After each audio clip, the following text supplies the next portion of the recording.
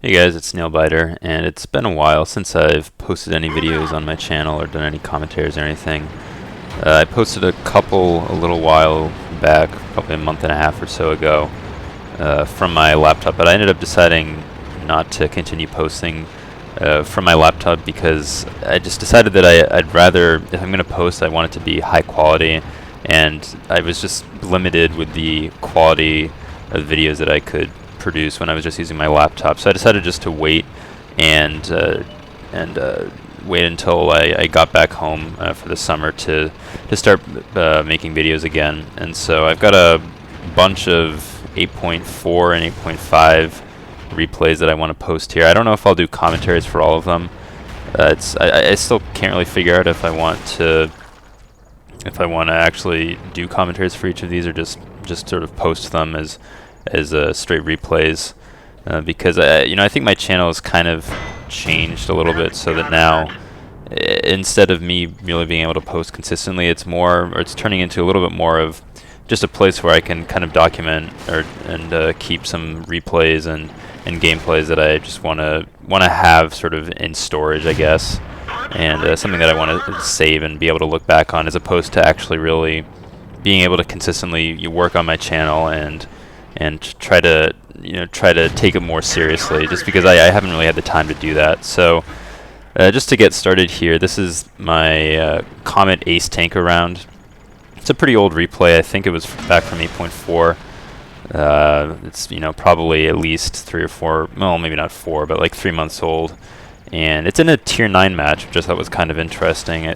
Most of the time when I get an Ace Tanker, I'm top tier with whatever tank it is that I'm using. So I thought this was a little interesting. It's on a map that I have posted a lot of replays of on Live Oaks, and for whatever reason, I guess I just tend to do pretty well on this map, or I have a good feel for a way to play this map. I think I posted my FCM50T Ace Tanker was on this map, and I had a nice round with the Cromwell that I posted as well on this map. And I actually have, I think, a couple other replays besides this one you're seeing here on this map that I might potentially upload as well. So yeah, it's in a tier 9 match, so I won't be doing a ton of damage this round, but I end up doing a fair amount, I think, to help out the team. So one thing I did actually want to mention was what I always do on this map when I'm in a fast tank and a medium or a scout or a fast heavy tank.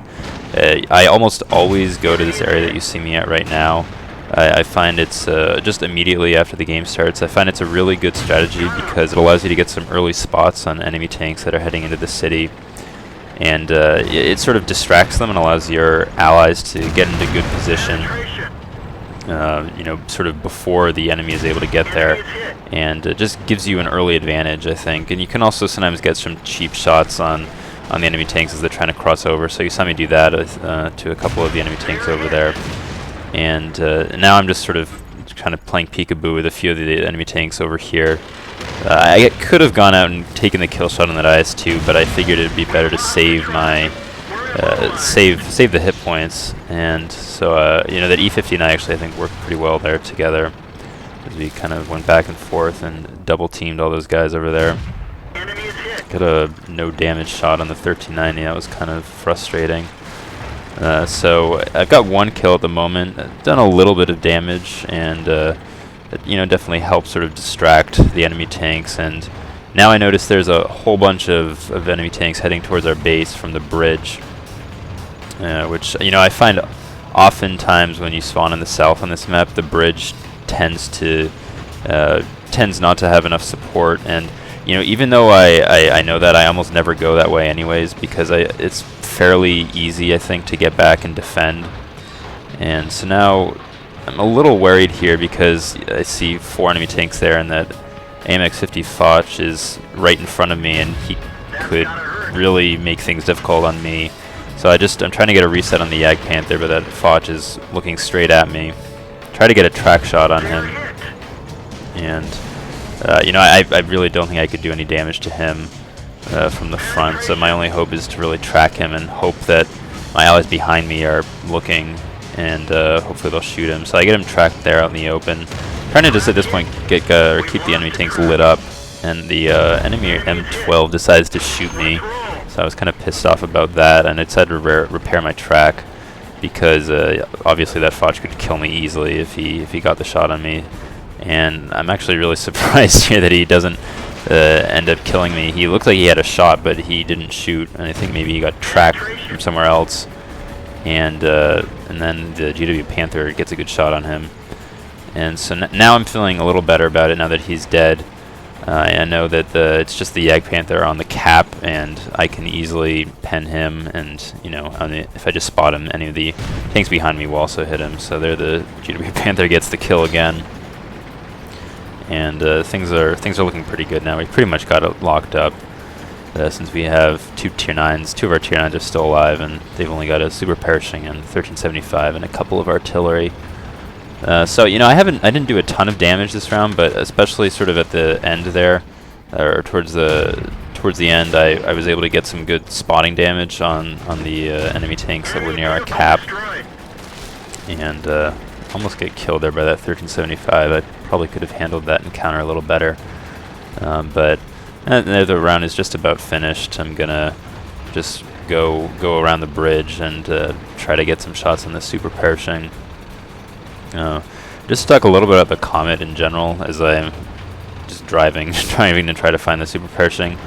Initially I didn't really like this tank very much. It seemed like a slower Cromwell with really the same gun, and it has a bit better turret armor. So I wasn't really too enthusiastic about this tank at first, but I actually came to really enjoy playing this tank. I had quite a few pretty solid rounds in it.